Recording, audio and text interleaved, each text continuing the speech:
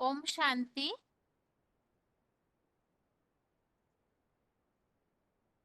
भगवत गीता श्लोक क्लास में आज का श्लोक है 12वें अध्याय का 10वां श्लोक, अध्याय 12 का श्लोक नंबर 10।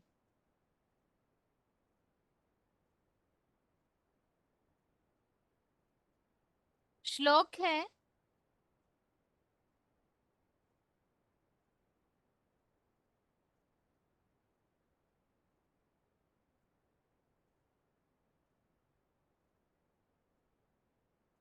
श्लोक है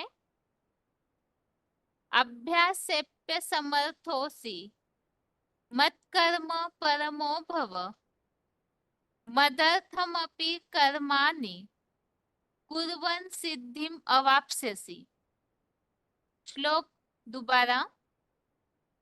अभ्यासेप्य समर्थोसि मत्कर्म परमो भव मदर्थम अपि कर्माणि कुर्वन् सिद्धिम अवाप्स्यसि।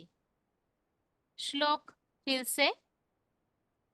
अभ्यासेप्य समर्थोसि मत्कर्म परमो भव मदर्थम अपि कर्माणि कुर्वन् सिद्धिम अवाप्स्यसि।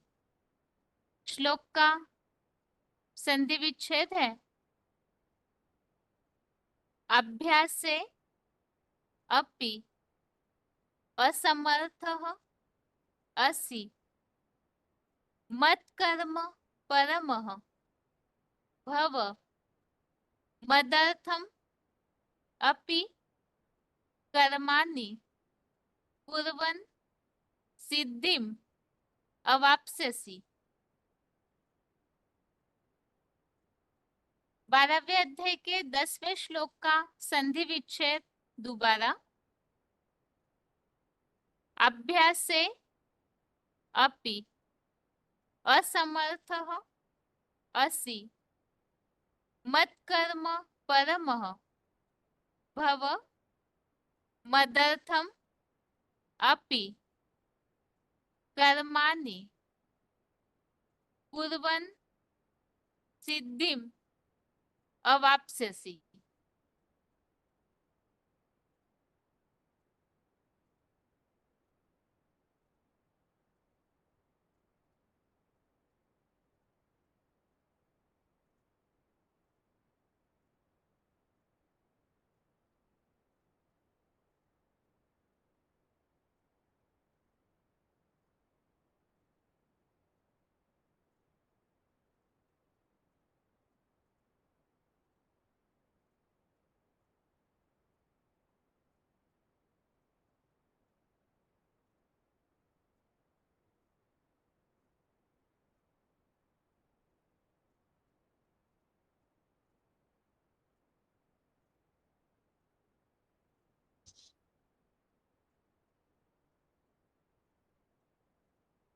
शब्दों के अर्थ है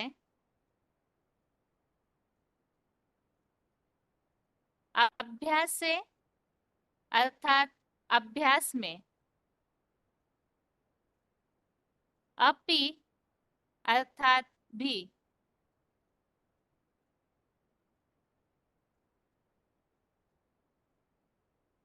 असमर्थ अर्थात समर्थ न, असि अर्थात हो, असमर्थोसि अर्थात समर्थ न हो। मत्कर्म परमः अर्थात मुझ प्रति कर्म करने वाला। भव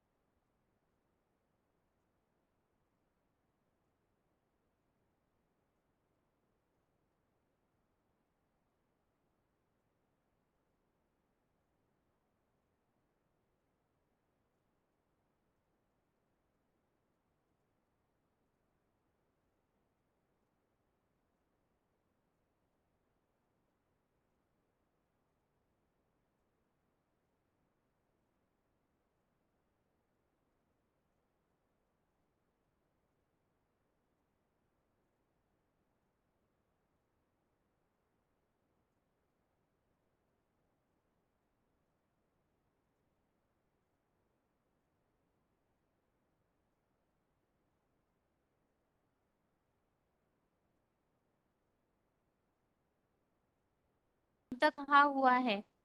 योग अर्थात ही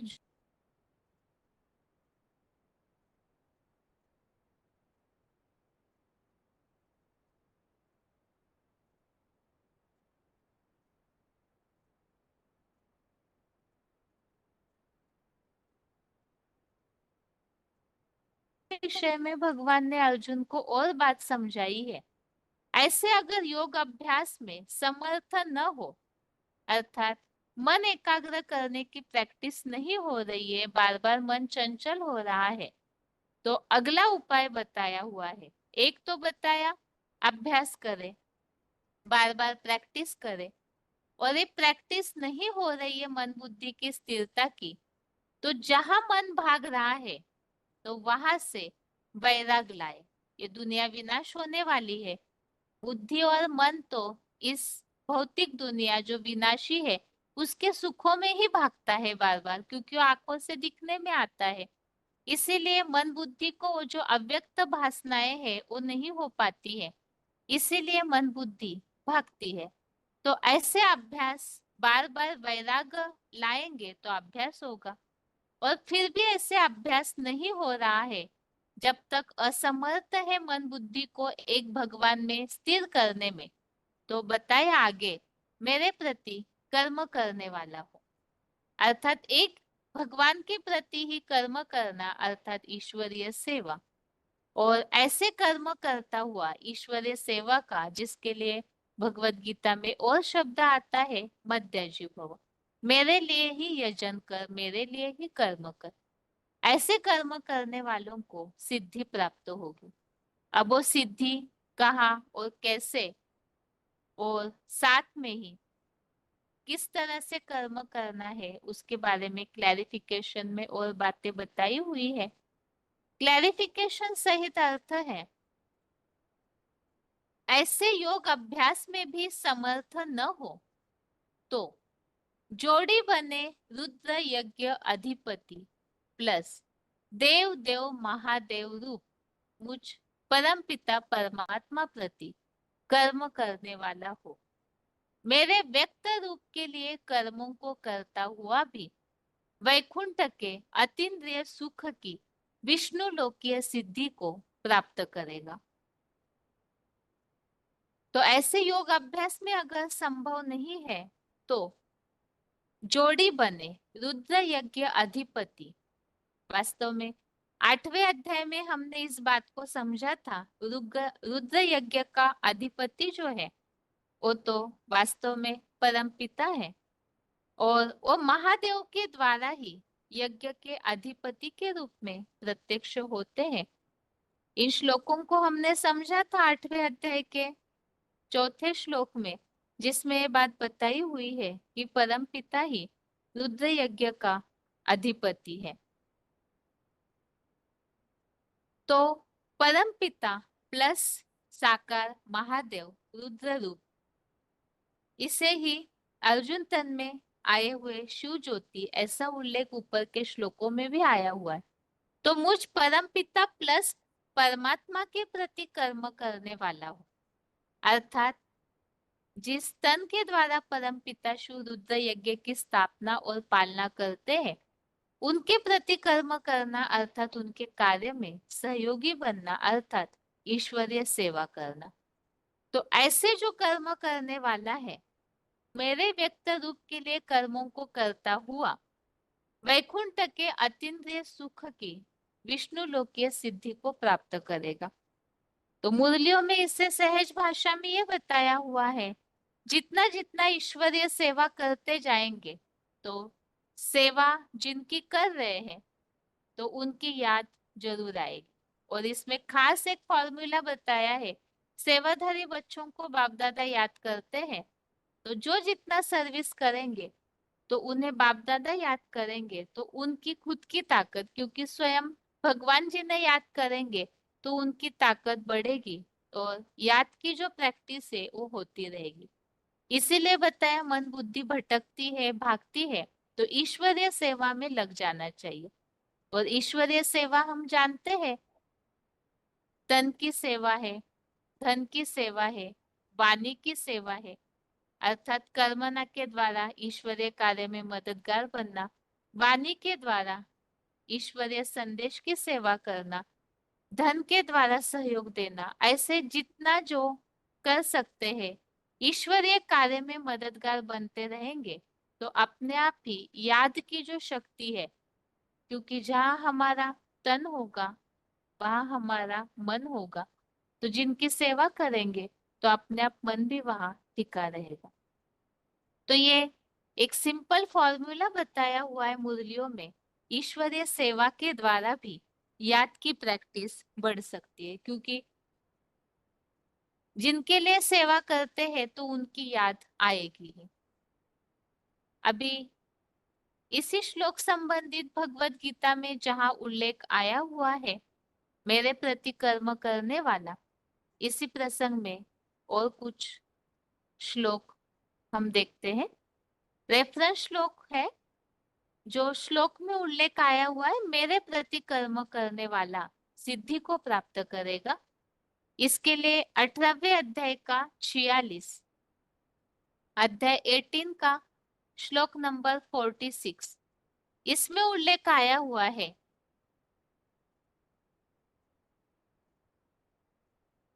जिस यज्ञ पिता से यह सारा मानवीय सृष्टि वृक्ष सदाशिव ज्योति समान लिंग बीज से विस्तृत हुआ है, उसकी अपने कर्म से अच्छे से अर्चना कर आज्ञाकारी बनते हुए मनुष्य संसार में जीवित रहते हुए भी जीवन मुक्ति रूप विष्णु लोकीय वैकुंठ की सिद्धि को पाता है।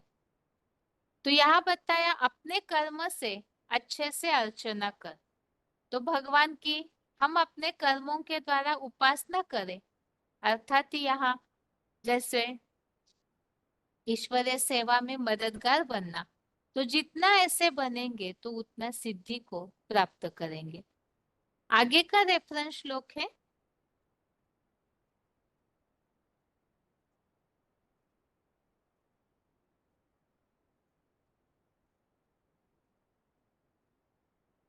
यहाँ भी जो श्लोक में उल्लेख है मेरे लिए कर्म करता हुआ सिद्धि को प्राप्त करेगा, उसी के लिए श्लोक है 9वें अध्याय का 34, अध्याय 9 का श्लोक नंबर 34। इसमें स्पष्ट उल्लेख है, मन मना भव मद भक्तो मद्याजी माम नमस्कुरु, मेरे में मन लगा मेरी यज्ञ सेवा कर मेरा भक्त बन जा। इस प्रकार आत्मा का लगाव लगाए मेरे अव्यक्त मूर्ति के आश्रित हुआ मुझको ही पाएगा।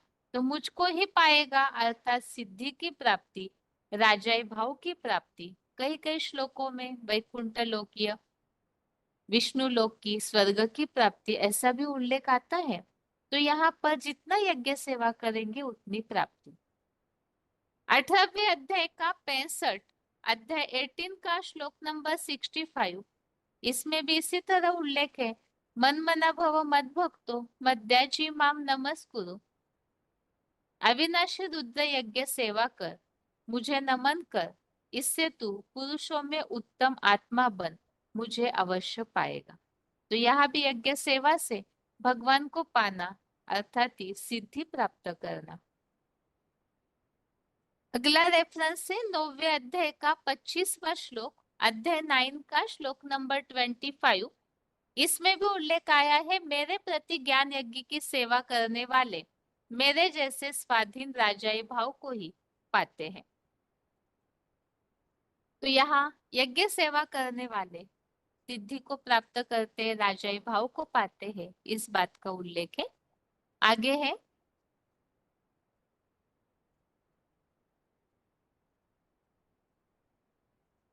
श्लोक में जो उल्लेख आया हुआ है यज्ञ कर्म करने के लिए, मेरे प्रति कर्म करने वाला अर्थात रुद्र ज्ञान यज्ञ की सेवा। तो रुद्र ज्ञान यज्ञ का कर्म इस प्रसंग में उल्लेख है, तीसरे अध्याय का 9वां, अध्याय 3 का श्लोक नंबर 9, इसमें उल्लेख है,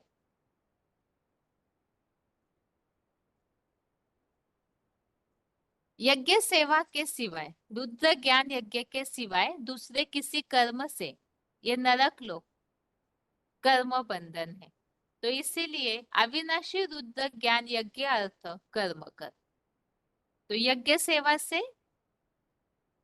सिद्धि की प्राप्ति, इसीलिए यज्ञ कर्म करना जरूरी है, क्योंकि और जो है नरकीय कर्म वो बंधन में डालने वाले हैं। 9वें अध्याय का 27, अध्याय 9 का श्लोक नंबर 27, इसमें भी यज्ञ कर्म के लिए बताया हुआ है। जो तू कर्म करता है, जो तू खाता है, जो ज्ञान यज्ञ सेवा करता है, जो देता है, वो सब मुझ एकमात्र अव्यक्त मूर्ति शिव बाबा को अर्पण कर। और ऐसे जो अर्पण में है, तो उनको अगले 28वें श्लोक में स्पष्ट किया है कि ऐसा समुचित त्यागी योग युक्त आत्मा मुझ ईश्वर के श्रेष्ठ स्वाधीन राजाई भाव को ही प्राप्त करेगा। तो इन सब श्लोकों में ये बात बताई है, सिद्धि प्राप्त करनी है स्वर्ग की, तो सिद्धि प्राप्त करने के लिए वास्तव में याद के द्वारा ही स्वर्ग की प्राप्ति होती है। लेकिन वो याद का अभ्यास अच्छा हो, हम अच्छे से भगवान को याद करें, इसके लिए बताया। अभ्यास में अगर समर्थ नहीं है, मतलब मन एकाग्र नहीं हो पाता है, तो यज्ञ सेवा करें। और यज्ञ सेवा यज्ञ कर्म करेंगे, जो बताया कर्मों से अच्छे से उपासना करें। तो ऐसे करने से, ईश्वरीय सेवा से भगवान उन्हें सेवाधारियों को याद करते हैं, तो उनकी याद की प्रैक्टिस बढ़ेगी और मन एकाग्र होने में भी सहज होगा। यह आज के श्लोक का अर्थ है। अभी आगे उच्चारण सुनते हैं, उसके बाद पॉइंट्स आगे। और श्लोक यज्ञ कर्म के लिए ही 3रे अध्याय का 19, अध्याय 3 का श्लोक नंबर 19, इसमें भी उल्लेख आया हुआ है। अनासक्त पुरुष अविनाशी रुद्र यज्ञ सेवार्थ कर्म का आचरण करता हुआ विष्णु लोकीय वैकुंठ के परम पद को प्राप्त करता है। तो यहाँ भी रुद्र ज्ञान यज्ञ की सेवा विश्व नवनिर्माण के लिए यज्ञ सेवा का श्रेष्ठ कर्म कर, ऐसे कर्म करने वाले परम पद की प्राप्ति करते हैं। और 3रे अध्याय का 20वां, अध्याय 3 का श्लोक नंबर 20, इसमें भी बताया है यज्ञ कर्म करने के लिए ही योग्य है। तो जनक आदि भी कर्म द्वारा ही संपूर्ण सिद्धि को प्राप्त हुए थे। तो ऐसी सिद्धि प्राप्त करने के लिए यज्ञ कर्म करने की बात का उल्लेख ये 3रे अध्याय के 19 और 20वें श्लोक में भी है। अभी आगे है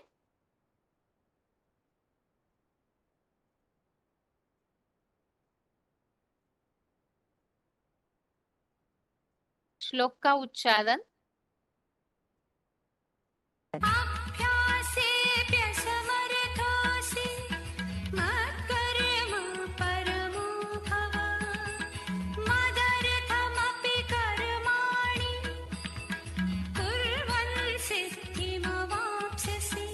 ऐसे योग अभ्यास में भी समर्थ ना हो, तो जोड़ी बने रुद्र यज्ञ अधिपति प्लस देवदेव महारुद्र रूप मुझ परमपिता प्लस परमात्मा प्रति कर्म करने वाला हो, मेरे व्यक्त रूप के लिए कर्मों को करता हुआ भी वैकुंठ के अतीन्द्रिय सुख की विष्णुलोकीय सिद्धि को प्राप्त करेगा।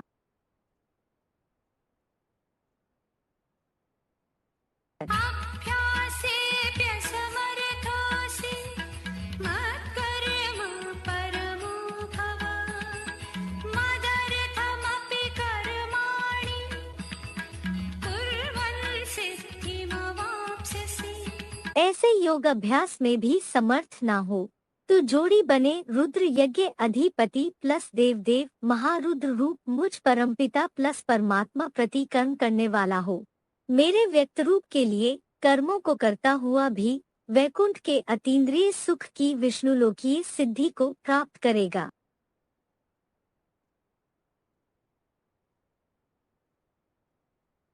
अभी आगे है श्लोक संबंधित points. VCD number 758, VCD number 758, 20 minute 20 minutes के बाद से लिया हुआ पॉइंट।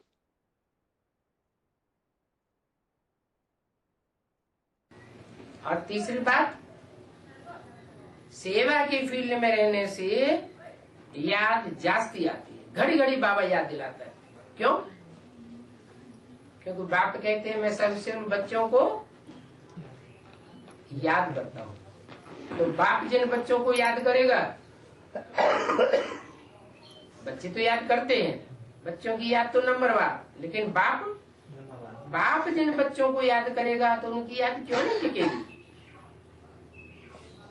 तो मूल बात क्या हुई है? ब्राह्मणों के जीवन की मूल बात हुई, अगर प्रैक्टिस पक्की करनी है जल्दी, तो सदा ईश्वरीय सेवा में प्रस्तुत रहे। जितना जितना ईश्वरीय सेवा में अपने को अर्पण करते जाएंगे, तन से, मन से, धन से, समय संपर्क से, उतना उतना अवस्था याद की चढ़ती जाएगी।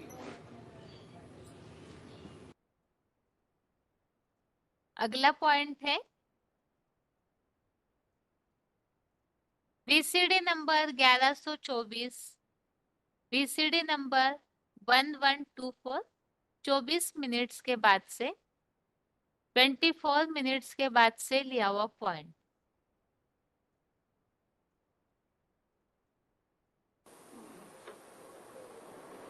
तो बाप कहते हैं बच्चे सर्विसेबल बनो,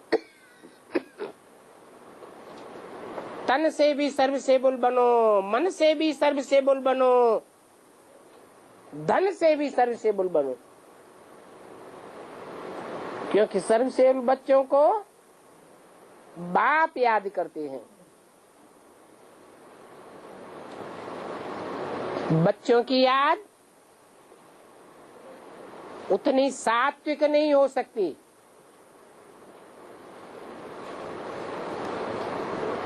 जो अटल निरंतर हो जाए, लेकिन बाप तो एवर प्योर है। वो देखता है ये मेरे सर्विसेबल बच्चे हैं, मेरे कार्य में सहयोगी हैं, उनको याद करता है। तो बाप की याद की पावर जिन बच्चों को मिलती है, उनकी याद सहज निरंतर हो जाती है।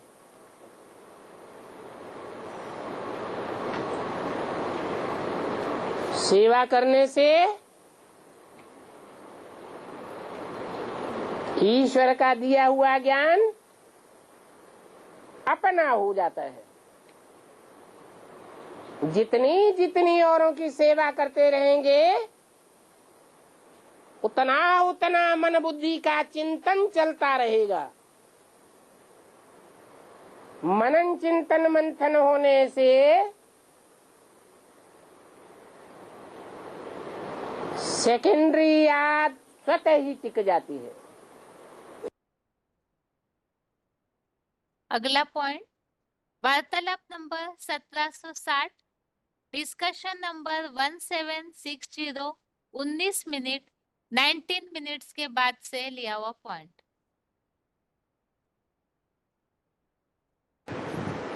यज्ञ में क्या किया जाता है? भक्ति मार्ग में स्वाहा क्या करते हैं? स्वाहा। तो कोई कहे कि हम अपनी मन बुद्धि को पहले ही स्वाहा कर देंगे, तो कर पाएगा? है? कर पाएगा? नहीं कर पाएगा। क्रम से स्वाहा करना है।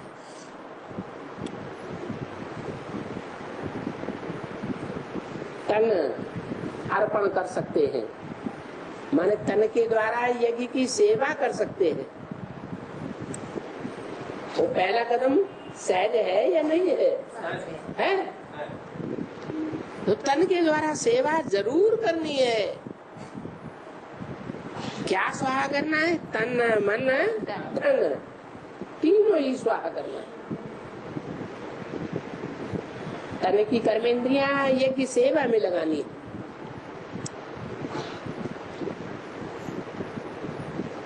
यज्ञ सेवा जितनी जितनी करेंगे उतना शिव बाबा हमको याद करेगा कि नहीं करेगा? करेगा। मुरली में क्या बोला है? सेवादारी बच्चों को बाप याद करते हैं।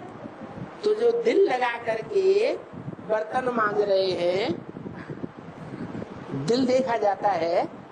दिल वाला बाप दिल देखता है या काम देखता है? एक कथा आती है कि राम ने जब पुल बांधा तो एक गिलहरी थी, वो बार बार समंदर में जाती थी, भीगती थी और रेत में वो लौटती थी और पुल के ऊपर जाकर के धड़क देती, बार बार ऐसे ही कर रही थी। तो राम ने देखा कि अरे ये तो बड़ी सेवा कर रही है। बड़ी सेवा कर रही है या छोटी छोटी सी सेवा कर रही है? और बंदर तो बड़े बड़े पत्थर लाके डाल रहे थे और वो क्या कर रही थी? थोड़े से दाने रेत के लिए और बालों में लपेटे और वहां बर्राए दिए। तो बड़ी सेवा की नहीं, क्या देखा? उसका दिल देखा। तो भगवान राम ने उसको शाबाशी दी, वाह! तो उसके ऊपर 3 निशान बन गए। ऐसी कहानी बताई है शास्त्रों में। तो वास्तव में बात क्या है? भगवान क्या देखता है? भगवान तो दिल वाला है। दिल वाला क्या देखता है? दिल देखता है। कोई कितना दिल लगा करके सेवा कर रहा है ये देखता है। तो कर्मणा सेवा को छोटा नहीं समझना। यहां से ही शुरुआत होती है यज्ञ में स्वाहा करने की। अगर ये कर्मणा सेवा में फेल हो गए, पहली सीढ़ी है तन स्वाहा करना, तो आगे की सेवा फिर होगी नहीं। और होगी तो उसका कोई महत्व नहीं होगा फिर।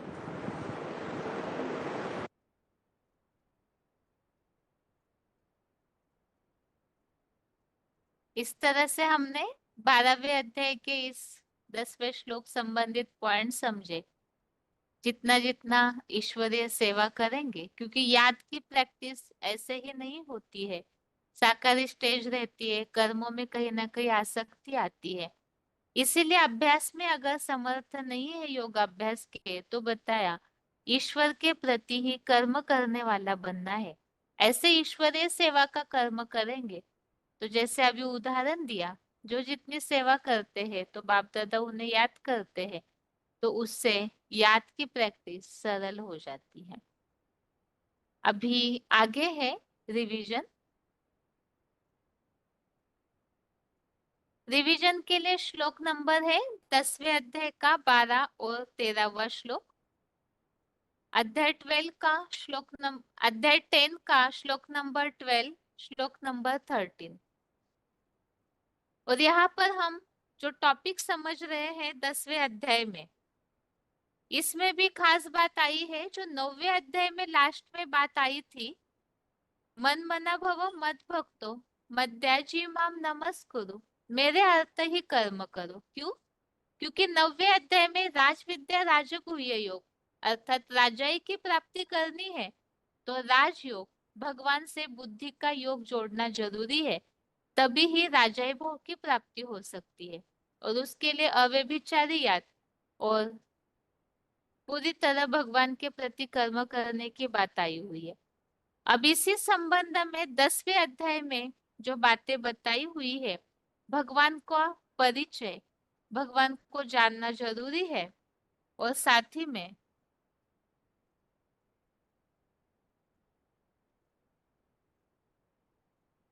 यहाँ पर बात बताई हुई है जो हम श्लोकों को समझ रहे थे 10वें अध्याय के 9वें श्लोक से जो बात आई है।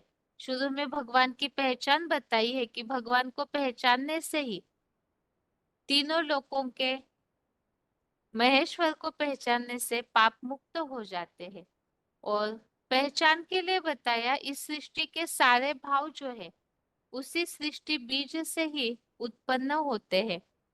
और जो शुरुआत की विभूतियां है वो बताई हुई है शुरुआत के श्लोकों में। और विभूतियां अर्थात क्या, तो जो भगवान से अविचलित रूप से जुड़ जाते हैं तो वही फिर विभूतियां बनते हैं। उसमें खास बताया है शंकर का नाम परमपिता शिव के साथ जोड़ा हुआ है, क्योंकि इस तरह से जो भगवान से अविचलित रूप से जुड़ जाते हैं तो भगवान में ही जिनके प्राण लगे हुए हैं उन्हीं के बारे में जो वार्तालाप करते हैं, ऐसे फिर अतीन्द्रिय सुख की प्राप्ति करते हैं। तो जो प्रीतिपूर्वक याद करने वाले हैं उन्हें बुद्धि योग अर्थात शक्ति मिलती है। और ऐसे जो प्रीतिपूर्वक याद करने वाले हैं उनके उद्धार के लिए ज्ञान का दीपक अर्थात चैतन्य दीपक है ध्रुव तारा, उनके द्वारा उनको अज्ञानता से निकालकर ज्ञान का मार्ग दिखाया जाता है, जिससे कि ऐसे प्रीतिपूर्वक याद करने वालों का उद्धार हो सके। अभी यहाँ पर श्लोकों का टॉपिक चेंज हुआ है। अर्जुन द्वारा भगवान की स्तुति तथा विभूति और योग शक्ति को कहने के लिए प्रार्थना। 10वें अध्याय का 12वां अध्याय 10 का श्लोक नंबर 12 श्लोक है। अर्जुन उवाच परम ब्रह्म परम धाम पवित्रम परमं भवान पुरुषम शाश्वतम दिव्यम आदि देवम अजम विभु। श्लोक दोबारा, अध्याय 10 का श्लोक नंबर 12। अर्जुन उवाच परम ब्रह्म परम धाम पवित्रम परमं भवान पुरुषम शाश्वतम दिव्यम आदि देवम अजम विभु। अर्थात आप शिव बाबा ही परम ब्रह्म है, श्रेष्ठतम धाम परम धाम है, परम पवित्र है, कभी लोप न होने वाले शाश्वत दिव्य पुरुष है और बहुरूपिया के विशेष रूपों में व्यक्त होते हैं। आप त्रिकालज्ञ के दिव्य प्रवेश के कारण मुझ अर्जुन में अगर्भ अजन्मा होने से आदि अनादि देव है। तो यहाँ पर श्लोकों में इस श्लोक में ये बात बताई हुई है भगवान की स्तुति में कि शिव बाबा ही परम ब्रह्म है, श्रेष्ठ ते श्रेष्ठ अव्वल नंबर परम ब्रह्म, वही परम धाम परम पिता शिव का इस साकार सृष्टि में चैतन्य धाम भी है, परम पवित्र भी है और कभी भी नष्ट न होने वाले शाश्वत सदैव कायम रहने वाले शाश्वत दिव्य पुरुष है। और विशेष रूप से व्यक्त होते हैं क्योंकि पुरुषोत्तम संगम युग में एक भगवान ही है जिनके लिए कहा जाता है त्वमेव मातश्च पिता त्वमेव त्वमेव बंधुश्च सखा त्वमेव। तो भक्ति मार्ग में सब रूपों से भगवान को मान लिया जाता है। तो यहाँ बताया परम पिता ही है जो अगर्भ अजन्मा होने से आदि अनादि देव भी है। यह भगवान की स्तुति के लिए श्लोक में उल्लेख किया हुआ है, क्योंकि भगवान को जितना पहचानेंगे वो उतना ही अविचलित रूप से भगवान से जुड़ पाएंगे। अभी आगे इसी श्लोक में जहाँ परम धाम है, परम ब्रह्म है, दिव्य पुरुष है, अगर्भ अजन्मा है, ऐसे जो उल्लेख आए हैं, इससे संबंधित और भी जो भगवत गीता के श्लोक हमने रेफरेंस के समझे थे, एक बार उसे समझते हैं। 8वें अध्याय का 3 अध्याय 8 का श्लोक नंबर 3। 8वें अध्याय का 3 श्लोक।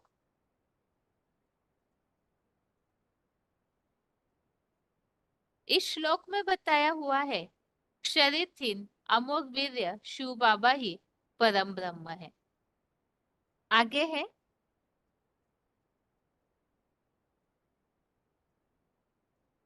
8वें अध्याय का 21 अध्याय 8 का श्लोक नंबर 21। इसमें भी उल्लेख आया हुआ है अप्रकट अविनाशी लिंग रूप परम ब्रह्म लोक ऐसे कहा जाता है। उसको ही परम गति कहते हैं, जिसको पाकर बीज रूप रुद्रगण इस दुग्धाम में वापस नहीं आते। वह एक पितृ प्रधान लिंग मेरा परम धाम है। तो 8वें अध्याय के 3रे श्लोक में है कि वो परम ब्रह्म है। इस 21वें श्लोक में आया हुआ है कि आप परम धाम भी है। और इस सृष्टि का साकार चैतन्य परम धाम वो परम ब्रह्म ही है, परम पिता का निवास जिनमें इस सृष्टि पर होता है। तो वो पाठधारी ही परम धाम भी है, परम ब्रह्म भी है। और शाश्वत दिव्य पुरुष की भी बात आई हुई है। यहाँ 8वें अध्याय का 8वां अध्याय 8 का श्लोक नंबर 8, इसमें भी उल्लेख आया है दिव्य प्रकाश युक्त परम पुरुष परम पिता शिव बाबा को पाने की बात। 11वें अध्याय का 38 अध्याय 11 का श्लोक नंबर 38, इसमें भी उल्लेख आया है आप आदिदेव है, परे ते परे परम ब्रह्मा के धाम वाले है, पुरातन पुरुष है। तो यहाँ भी जो आज 10वें अध्याय के 12वें श्लोक में उल्लेख है, उसी से मिलती जुलती बातें इस श्लोक में भी है। आगे है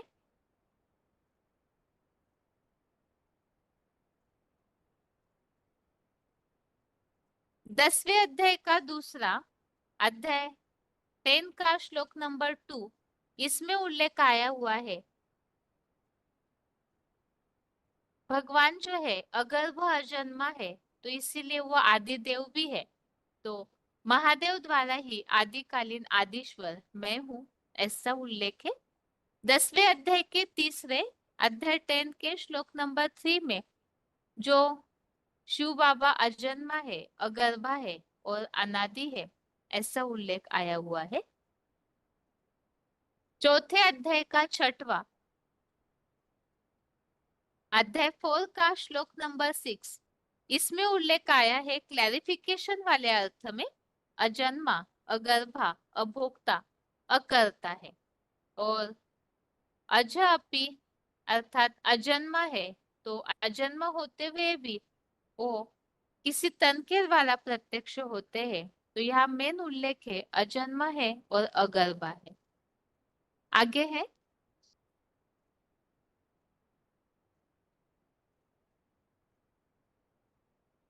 यहाँ 13वां श्लोक भी लिया हुआ है, क्योंकि दोनों श्लोक जुड़े हुए हैं और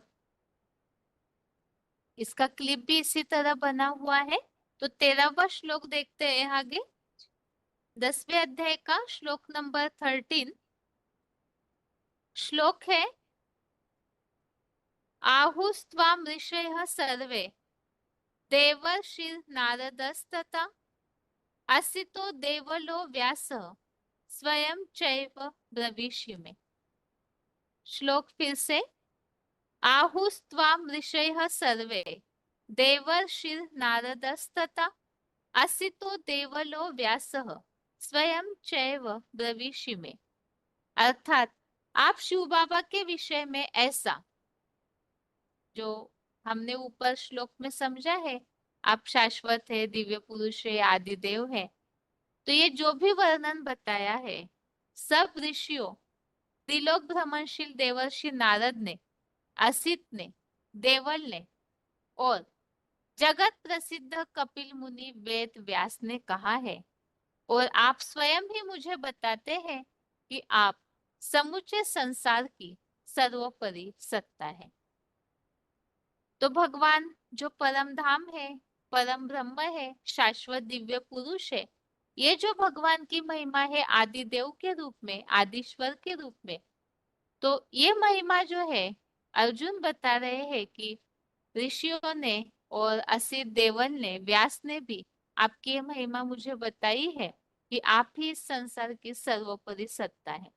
तो ये सर्वोपरि सत्ता के लिए ही यहाँ एक श्लोक लिया हुआ है 7वें अध्याय का 7वां अध्याय 7 का श्लोक नंबर 7, इसमें उल्लेख आया हुआ है मत्तः परतरम नान्यत् किंचित अस्ति धनंजय। अर्थात मेरे से श्रेष्ठतर इस संसार सहित तीनों लोकों में अन्य कुछ भी नहीं है। तो एक भगवान ही है जो इस संसार की सर्वोपरि सत्ता है। तो दोनों श्लोकों का अर्थ हमने समझा कि भगवान का जो वर्णन है, महिमा है, वो श्लोक में बताई है कि इस सृष्टि पर ही भगवान ही है जो चैतन्य परम धाम है, परम ब्रह्म भी है, और साथ ही में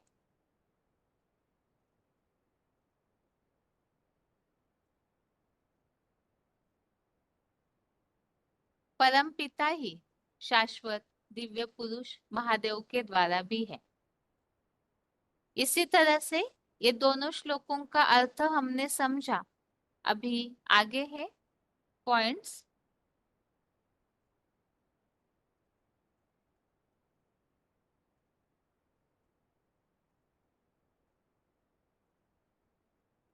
संसार की सर्वोपरि सत्ता की विशेषताएं इस श्लोक में बताई हुई है, दोनों श्लोकों में।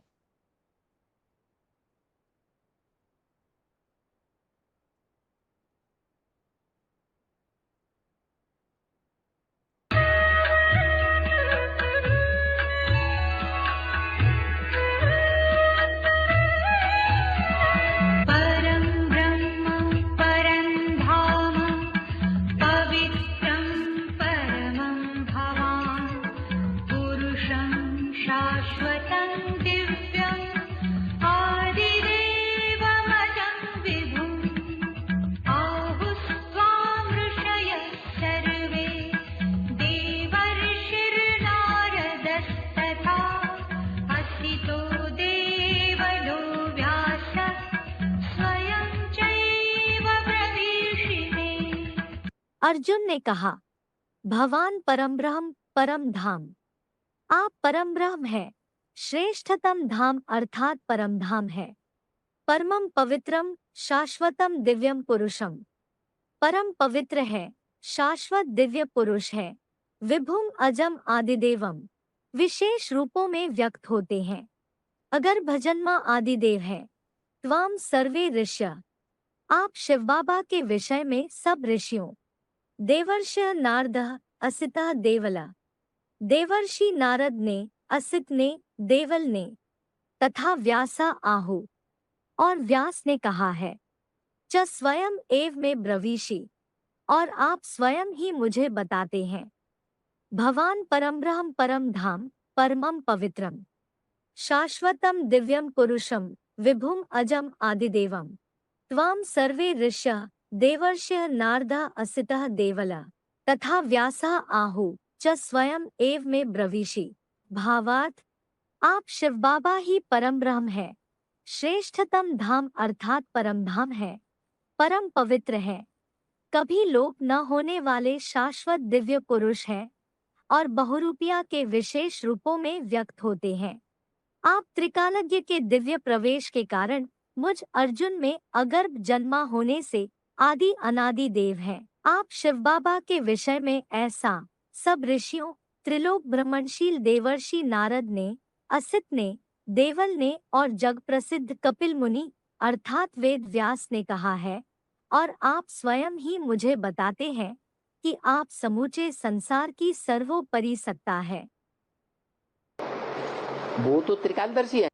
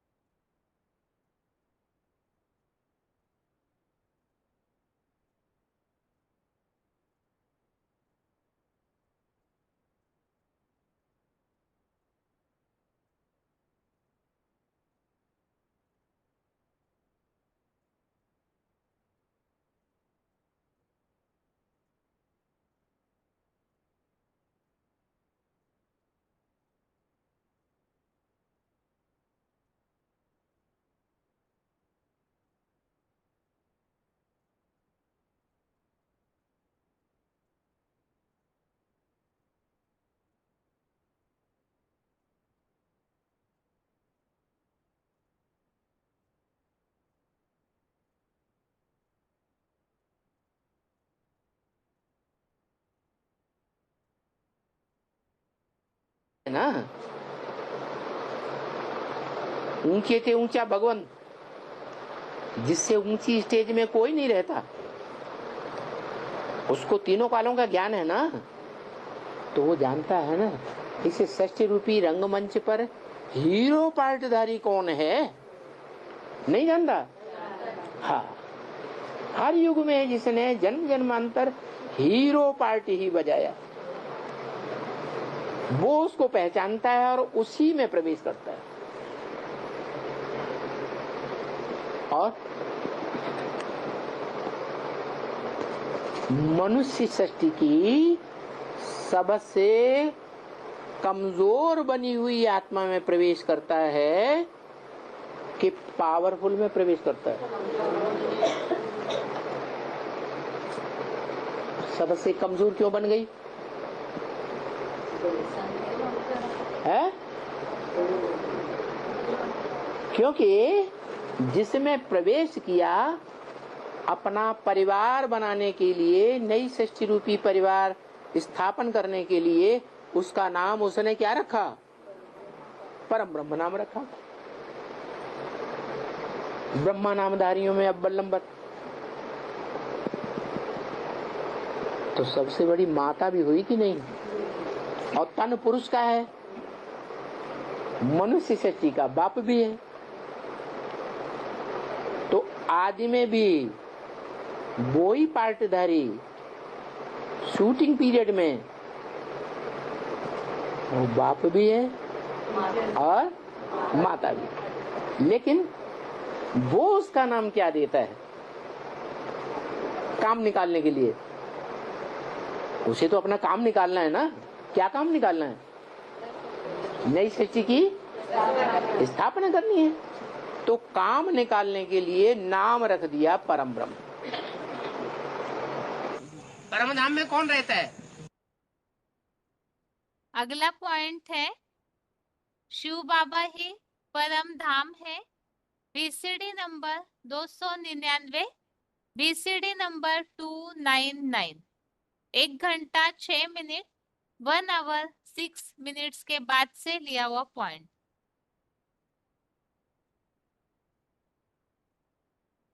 ये नाम रख दिया परम ब्रह्म। परम धाम में कौन रहता है? हैं? बाप रहता है। परम धाम में ऊंचे से ऊंची स्टेज में बाप रहता है। अच्छा, अभी तो बाप परम धाम में नहीं है। अभी बाप परम धाम में है? नहीं है। कहाँ है? साकार तन में है, मुकर्रर रथ में है। तो वो मुकर्रर रथ, जो मुकर्रर रथ है जिसमें बाप बैठा हुआ है, उसको कौन सा धाम कहेंगे?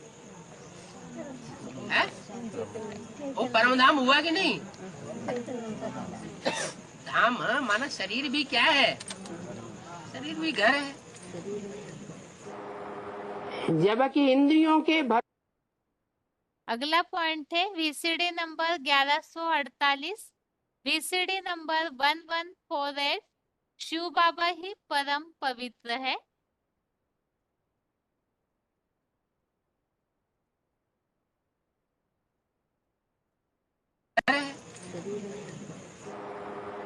जबकि इंद्रियों के भरपूर भोग मौजूद हों, फिर भी मन की ऐसी पावरफुल स्टेज हो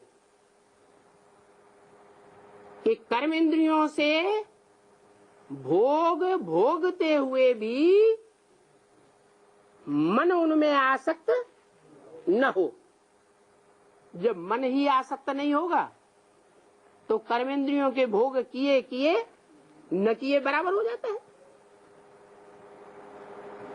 जैसे कि मिसाल देते हैं, महबूब अपनी महबूबा को याद करता है, कारखाने में जाता है, रास्ता सारा पार कर जाता है, आंखें खुली हुई रहती हैं। उससे पूछा जाता है तुमने किसको आते जाते देखा? तो कहा मैं तो दूसरी याद में था, किसी को देखा ही नहीं। क्यों नहीं देखा आंखों ने? आंखों ने सामने आते जाते व्यक्तियों को क्यों नहीं देखा? क्योंकि मन दूसरी जगह लगा हुआ था, लगाव पूर्वक, अटैचमेंट पूर्वक। तो आंख रूपी इंद्रियों ने अपना भोग खुले हुए होते हुए भी स्वीकार नहीं किया। ऐसी स्टेज परम पवित्र परम पिता परमात्मा शिव की दिखाई जाती है, जो मंदिरों में शिवलिंग के रूप में पूजा जाता है। देवताओं को पवित्र तो कहते हैं, परंतु परम पवित्र नहीं कहते। ये एवर पूज्य एक शिव ही है, तो वो बिंदु रूप में नहीं है। वो बिंदु भी इस सृष्टि पर साकार रूप में आकर के पार्ट बजाता है। इसलिए उसकी सिर्फ लिंग इंद्रिय पूजी जाती है। देवताओं की सारी इंद्रियां पूजी जाती है। बाबा किसे कहा जाता है? अगला पॉइंट है जो श्लोक में उल्लेख आया हुआ है, शाश्वत दिव्य पुरुष है। तो कभी भी शिव बाबा लोप नहीं होते। VCD number 2329, VCD number 2329।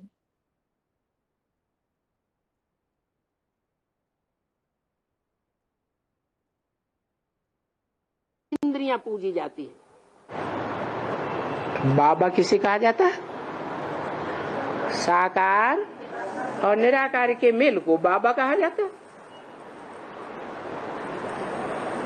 निराकार है, निराकार आत्माओं का बाप, जो सदा निराकार है। और साकार है सारी साकार मनुष्य सृष्टि का बाप। बीज को बाप कहा जाता है। बीज कभी लोप नहीं होता। इस सृष्टि में वो मनुष्य सृष्टि का एक बीज ही है जिसका कभी लोप नहीं होता।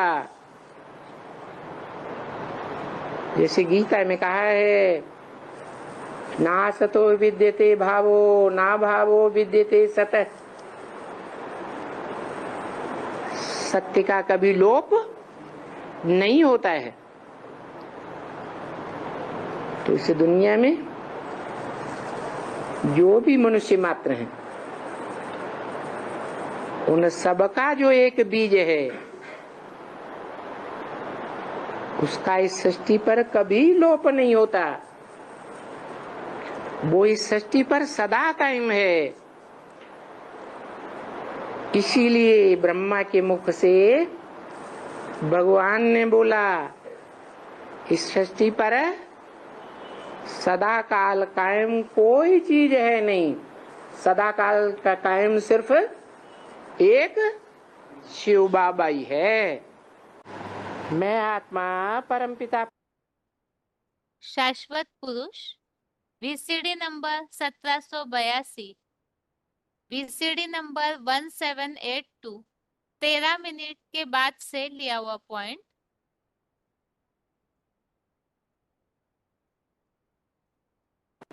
सदा काल का कायम सिर्फ एक शिव बाबा ही है। मैं आत्मा परमपिता परमात्मा की संतान और मेरा शरीर बाप ने रचा।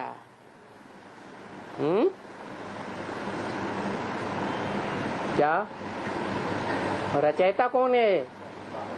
किसका रचयिता है? आत्मा का रचयिता। आत्मा रची जाती है। आत्मा तो सदैव है। आत्मा कभी मरती नहीं है। मरता जीता कौन है? शरीर मरता जीता है। तो शरीर का बाप कौन है? हाँ, जो आत्माओं का बाप इस सृष्टि पर आता है, तो जिस देहधारी में आता है मुकर्रर रूप से, वो ही मेरा बाप, वो शरीरधारी बाप है। ये आत्मिक स्थिति में है, सदैव आत्मिक स्थिति में है या शरीरधारी है? शरीरधारी है तो सभी शरीरधारी मनुष्यों के मुकाबले उसका सदैव शरीर ज्यादा से ज्यादा शाश्वत रहेगा या बीच में ही चला जाएगा दूसरों के पहले? अंत तक शाश्वत रहेगा। तो वो है मेरा शरीर बाप। बाबा ने बोला है कि शंकर अगला पॉइंट है वार्तालाप नंबर 971, डिस्कशन नंबर 971। शिव बाबा बहुरूपिया के विशेष रूपों में व्यक्त होते हैं।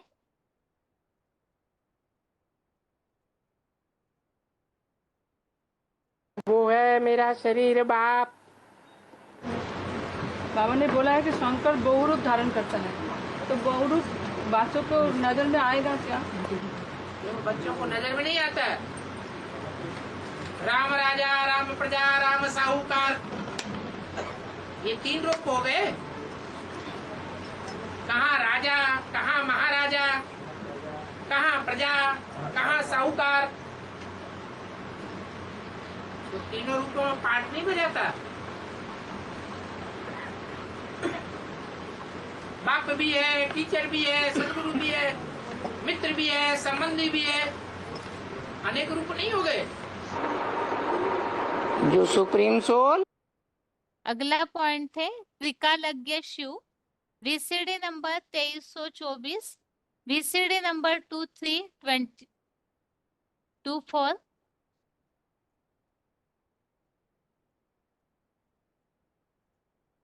नहीं हो गए। जो सुप्रीम सोल सदा काल के लिए पवित्र है, पतित दुनिया में आता है, पतित तन में आता है, तो भी परम पवित्र है।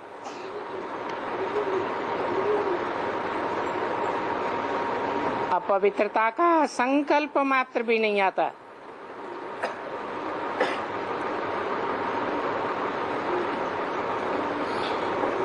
वो आत्माओं का बाप है।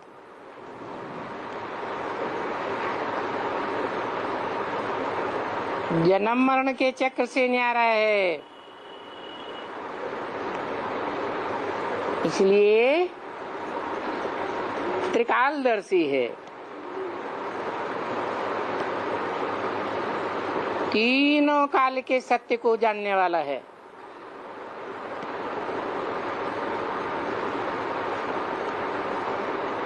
ज्ञान माना ही सच्चाई,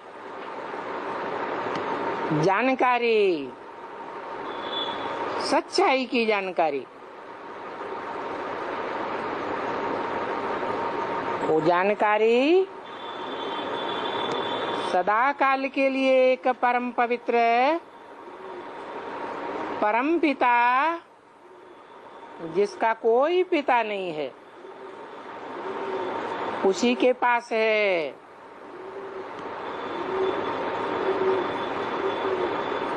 इसलिए त्रिकालदर्शी है। भगवान भी आकर के।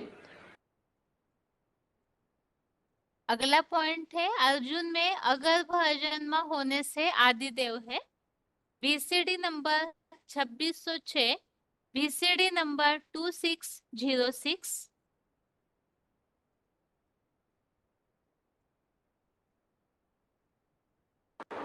भगवान भी आकर के, उनको अपना शरीर तो है नहीं, उनको तो गर्भ से जन्म लेना ही नहीं है। उनकी आत्मा तो पाप रहित है सदा काल के लिए। वो तो कहे जाते हैं सदा शिव। तो वो अजन्मा होने की वजह से वो तो प्रवेश करते हैं। किसमें प्रवेश करते हैं? अर्जुन में नाम दे दिया, आदम में नाम दे दिया, आदिदेव में।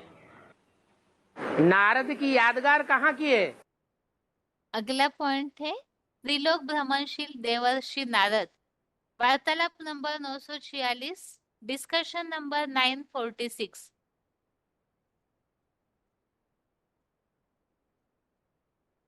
आदिदेव में। नारद की यादगार कहाँ की है? संगम युग में। संगम में नारद, नार माने ज्ञान जल और द माने देने वाला। क्या देने वाला? ज्ञान जल देने वाला।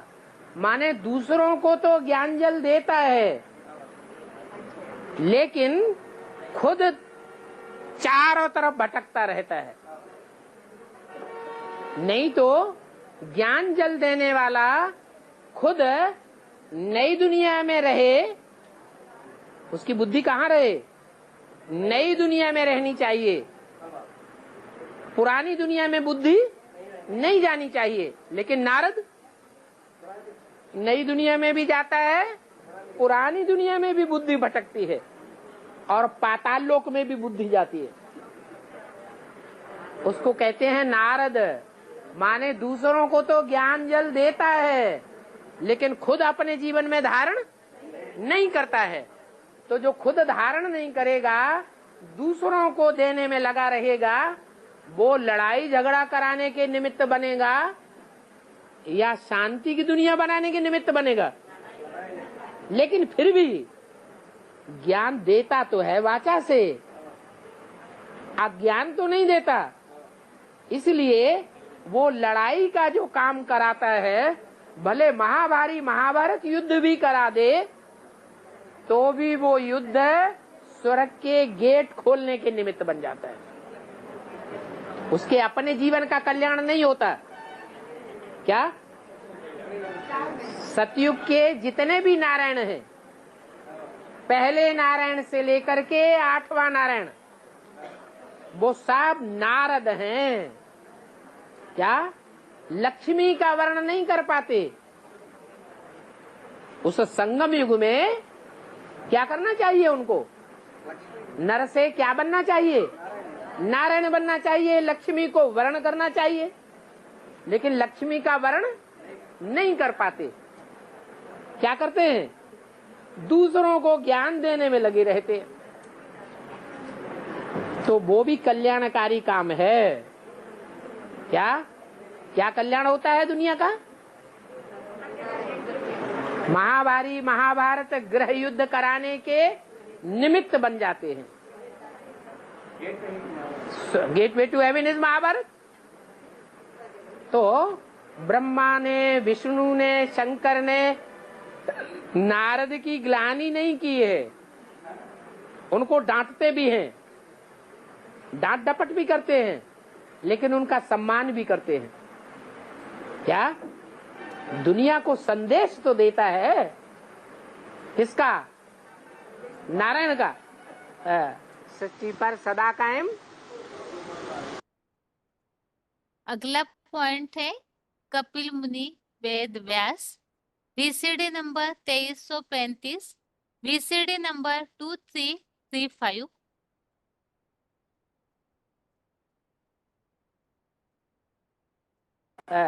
सृष्टि पर सदा कायम एक ही शिव बाबा है। सतयुग त्रेता में तो आत्मा रूपी सार में टिका ही रहता है, लेकिन द्वैतवादी द्वापर युग में जब दूसरे दूसरे धर्म पिताएं आकर के द्वैतवाद फैलाते हैं, दो दो धर्म, दो दो राज्य, दो दो भाषाएं, दो दो मतें, दो दो कुल पैदा कर देते, उस समय भी वो शिव बाबा वाली आत्मा, साकार और निराकार का मेल द्वापर के आदि से ही मौजूद रहता है, जिसका नाम है भारत। भारत वो नहीं जड़ जमीन, बा माने ज्ञान की रोशनी में रत लगा हुआ। द्वापर के आदि में वेद व्यास के रूप में गाया हुआ है।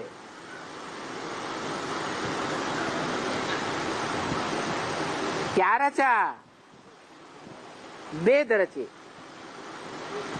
वेदों का भी जो आदि है, श्रीमद् भगवत गीता, उसमें भी लिखा हुआ है 18वें अध्याय में, व्यास प्रसादात। वो गीता ज्ञान किसकी प्रसन्नता से मिला? व्यास की प्रसन्नता से मिला। बाद में वेदों की ऋचाओं की व्याख्याएं निकली आरण्यक के रूप में, शतपथ ब्राह्मण आदि के रूप में।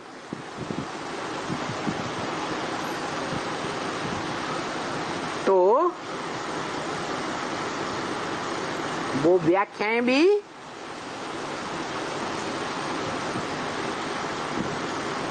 किसने लिखी है? वही व्यास जो बाद में व्यास गद्दी के रूप में गद्दी चलती रही।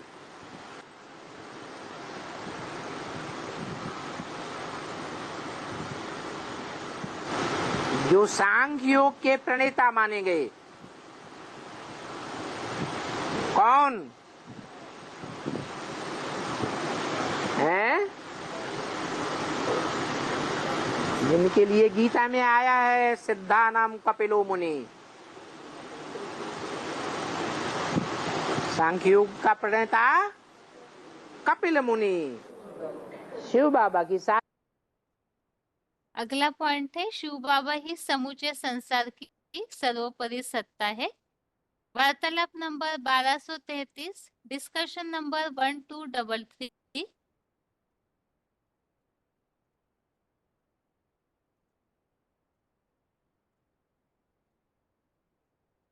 सांख्य योग का प्रणेता कपिल मुनि, शिव बाबा की सारी महिमा है। तो जिनको शिव बाबा कहा गया है, वो ही विश्व का नाथ कहा जाता है। उसी के द्वारा कृष्ण की सोल भी कार्य करती रहती है। कोई स्थूल रूप में जन्म लेने की बात नहीं है। वो ही विश्व का मालिक कहा जाता है ज्ञानी आत्माओं के द्वारा, परंतु बनता तो नहीं है। ताजधारी बादशाह है कि बेताज बादशाह है? शंकर ताजदारी बादशाह है, बेताज बादशाह है। ज्ञानी आत्माएं समझती हैं कि इसके इशारे पर ही सारी दुनिया चल रही है। पत्ता भी तेरी सत्ता के बिना हिल सकता नहीं, खिले न कोई फूल। ये समय संगम युग की बातें हैं।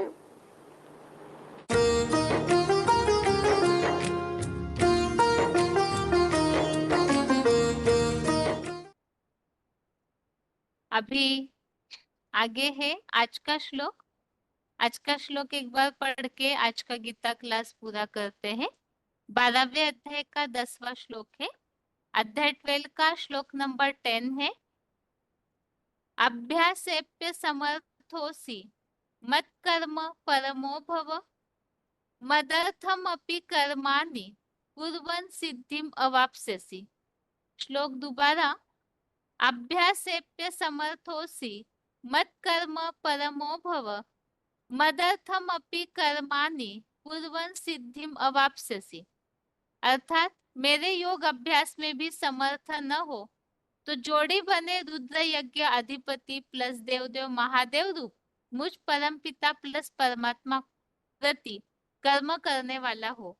मेरे व्यक्त रूप के लिए कर्मों को करता हुआ भी वैकुंठ के अतीन्द्रिय सुख की वैष्णुलोकीय सिद्धि प्राप्त करेगा।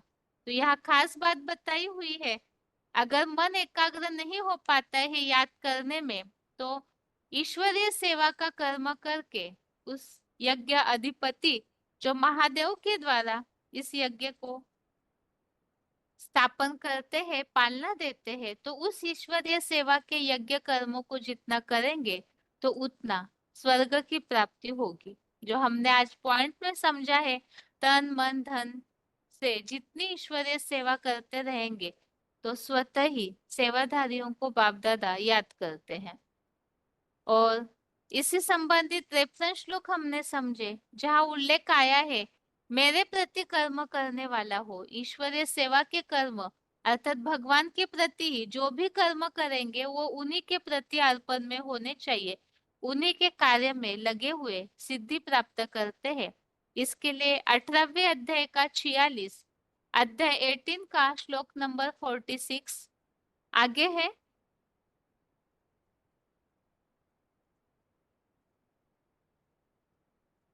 भगवान के लिए ही कर्म करने वाले ईश्वरीय सेवा द्वारा ही सिद्धि को प्राप्त करते हैं। इसी के लिए 9वें अध्याय का 34 अध्याय 9 का श्लोक नंबर 34, 18वें अध्याय का 65वां अध्याय 18 का श्लोक नंबर 65 और 9वें अध्याय का 25 अध्याय 9 का श्लोक नंबर 25। इन सारे श्लोकों में भगवान के प्रति ही कर्म करने से सिद्धि प्राप्त होती है, राजाई भाव प्राप्त होता है, मेरे भाव को पाते हैं, इस प्रकार उल्लेख आया हुआ है। आगे है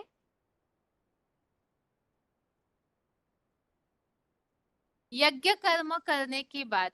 तो यज्ञ कर्म के लिए तीसरे अध्याय का 9वां अध्याय 3 का श्लोक नंबर 9, 9वें अध्याय का 27 अध्याय 9 का श्लोक नंबर 27, 28 और आगे है तीसरे अध्याय का 19 और 20 अध्याय 3 का श्लोक नंबर 19, 20। इन सारे श्लोकों में ही यज्ञ कर्म के लिए ही बताया हुआ है। और इसके साथ आज के दोनों श्लोकों में हमने खास बात समझी।